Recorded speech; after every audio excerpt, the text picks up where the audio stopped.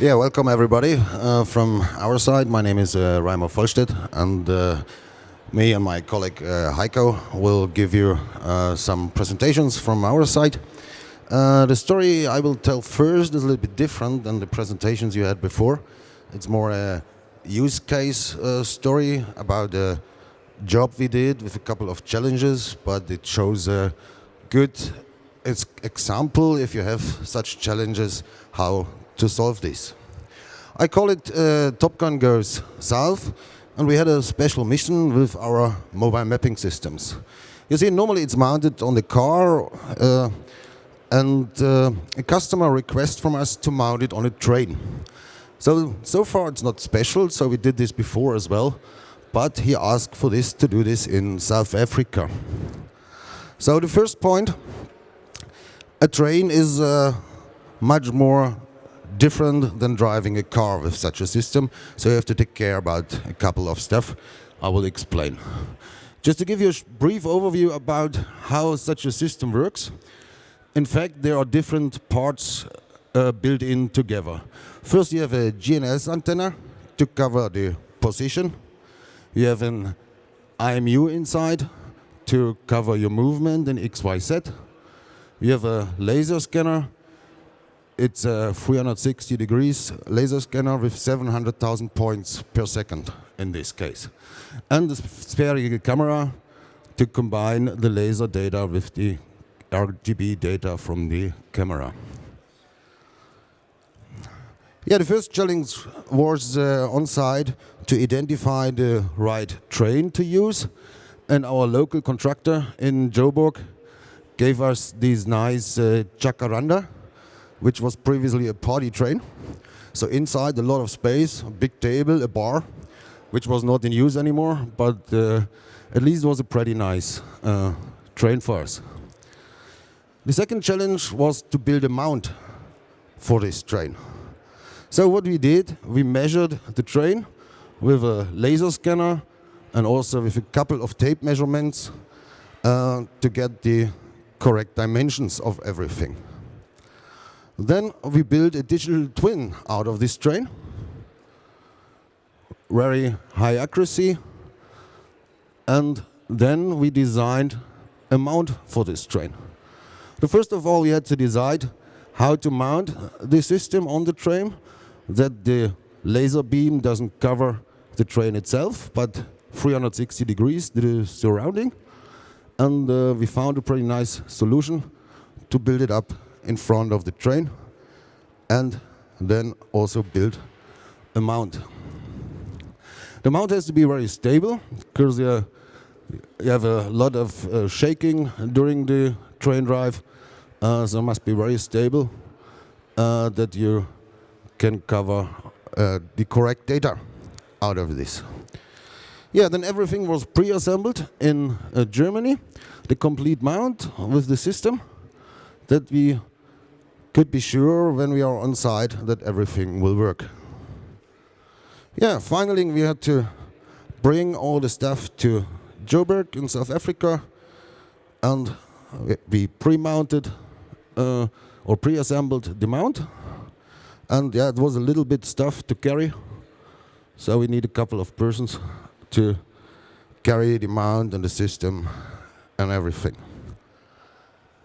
Yeah, then we mounted the system on the Jacaranda, front of the Jacaranda, with this pre-assembled mount. Everything worked perfect, everything fit perfect, so it was a good preparation we did, so not any issues. And inside the train, as I said, couple of space there to build in our computer rack, screens and everything what you need to cover the data. As well, we assembled a wheel encoder on the train, which is slightly important because you have a lot of bridges you have to pass where you lose the GPS coverage, and then the wheel encoder is really helpful. Yeah, finally, we used a local base station for RTK correction data for the post-processing, And finally, we start driving and record the data. It was a very nice run, and to give you a small impression how it looks like, with a couple of people in the train.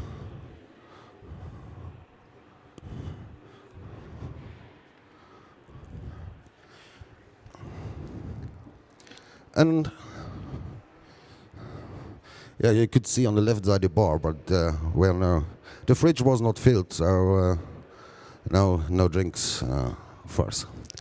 Let us look a little bit to the facts itself about the run.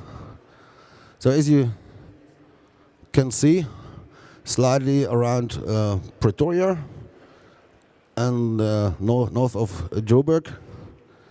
And let's look at the numbers, because they are really a bit impressive.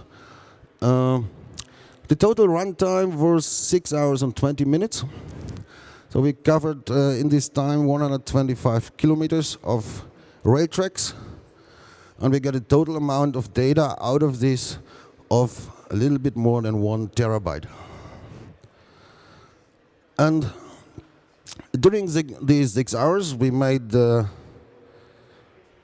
31,000 or almost 42,000 panorama images, and the point cloud, the final point cloud, with XYZ intensity RGB data for every single point was almost 110 gigs.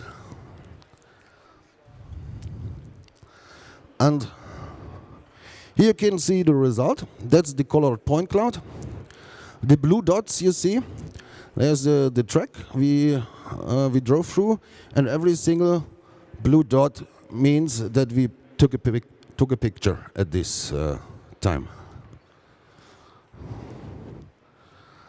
And here is the result, combined the panorama images in the background and the colored point cloud above. And you can measure in this point cloud or in the image, and the accuracy is around 5 to 10 centimeters in the point cloud. So the second challenge was we had to perform also a drone flight with our Falcon 8 about the railway depot, and we had pretty nice weather. So normally you made a, oh sorry, it was a bit too quick. Yeah. So normally you made a flight plan, and then the UAV covers this area automatically by itself, so you just have to take off and land it, and the rest goes almost fully automatic. And also give you some impressions about the result. You can very zoom in the point cloud, in the images, and can really rely on the details. Here as well the numbers. So the flying altitude above ground was around 50 meters. That means with the camera we used, we get a ground resolution of 8 millimeters. We did 2 flights, 16 minutes in total, and covered 534 images during this time. And the point cloud in medium resolution was almost 50 gigs.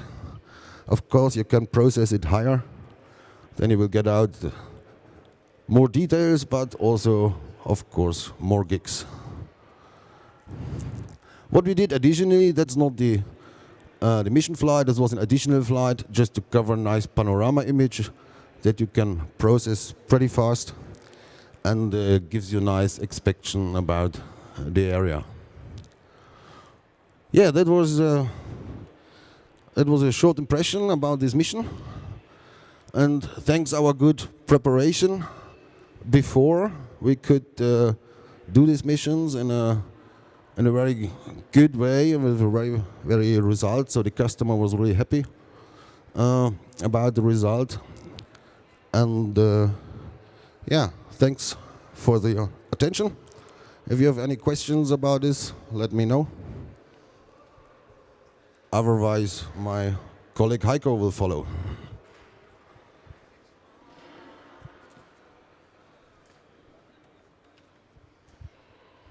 Hi everybody, welcome from my side. We switch to another industry. We go into the construction industry because Topcon is working different levels: agriculture, construction, geopositioning.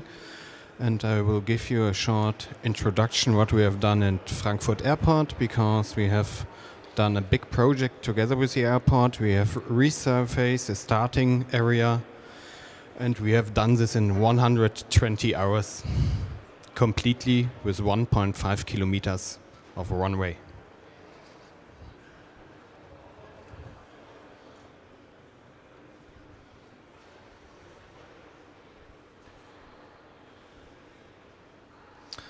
Okay, ready from my side?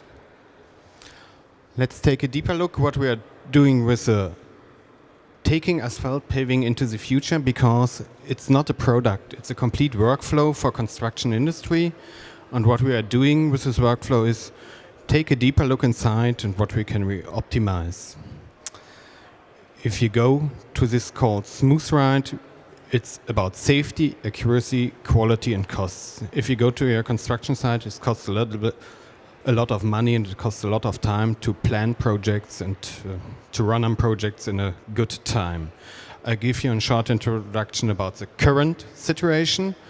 The current situation is that traditional surveyors go outside and measure for a raster like every 10 or 20 meters your highway, your street, whatever you have to resurface. And it's a very dangerous job.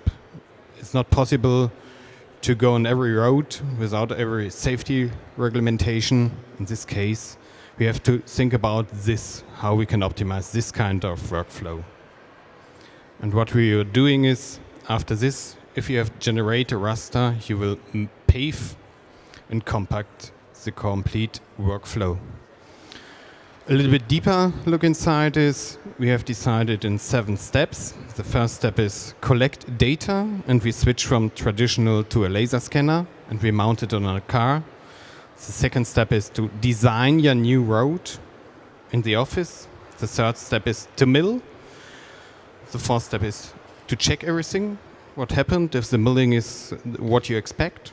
The fifth step is to pave, to compact, and to check if everything runs on the same level, and if you expect the accuracy you want from your project. First step, you see, we don't take any single point, we go to a point cloud and collect data via laser. It's a little bit different to the IPS. We don't have a camera on the systems, but we have a GPS, an IMU, and a laser scan. We can drive up to 80 kilometers per hour with full data collection.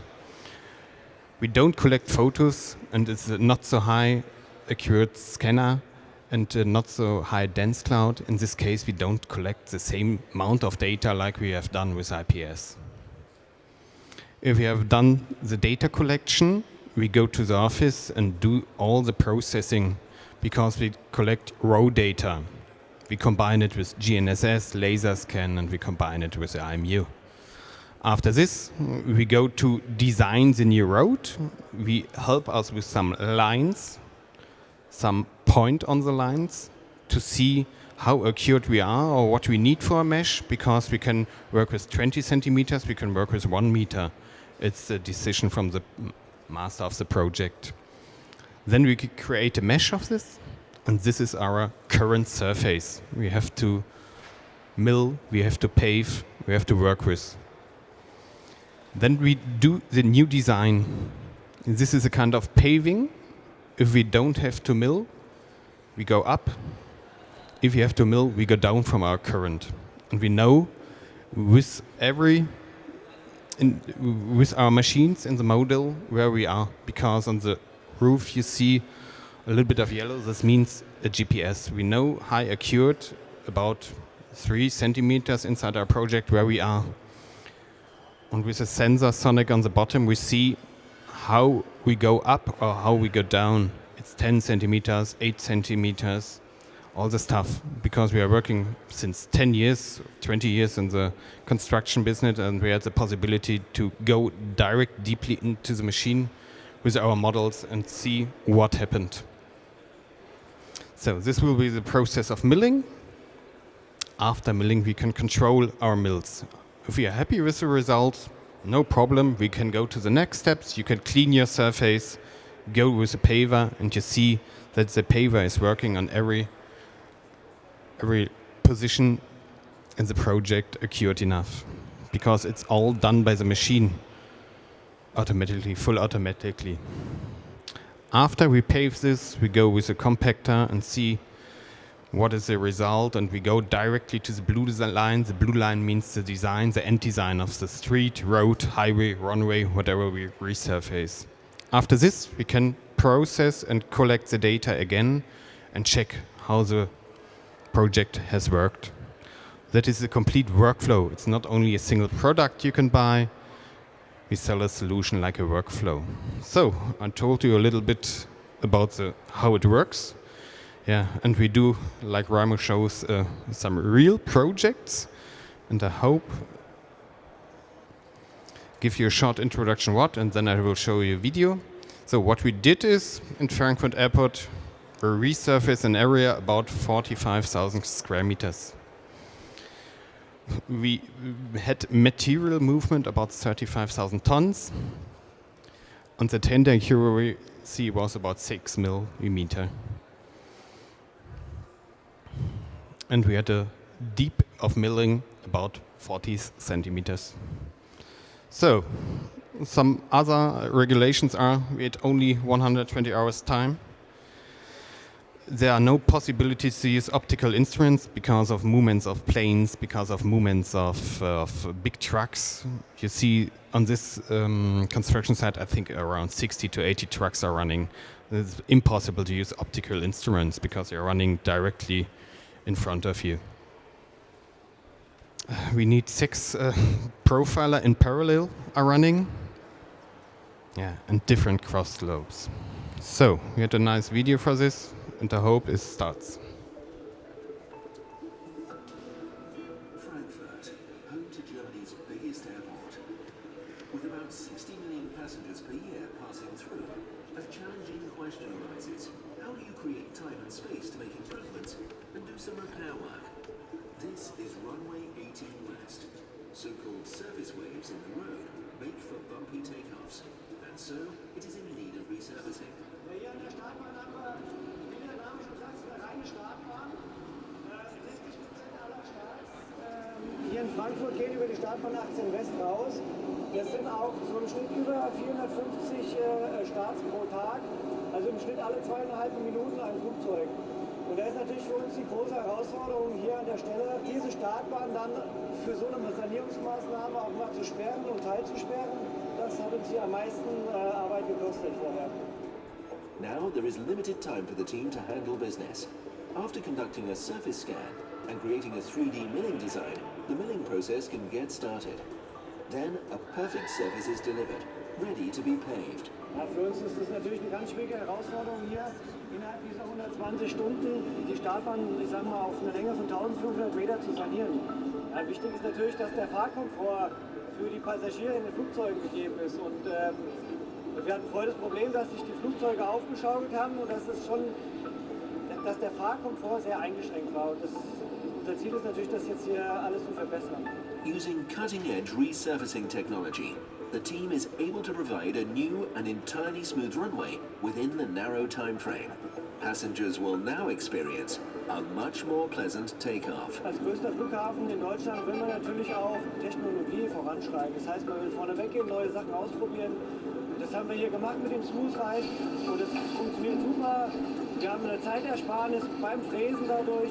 Und ich sag mal, im alten System, im klassischen System, die Fräshöhlen aufzusprühen, das ist halt nicht mehr in der Zeit zeitgemäß.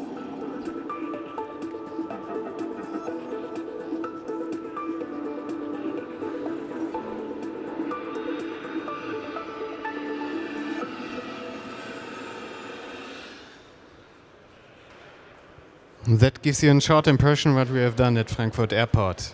Some more pictures for this. You see some milling machines, and it was completely night work because at Frankfurt there's a deadline for landing at 11 and it starts in the morning at 5. After this you can work those 120 hours around. Some other impressions of milling machines, sensor sets. Software is working, what you see.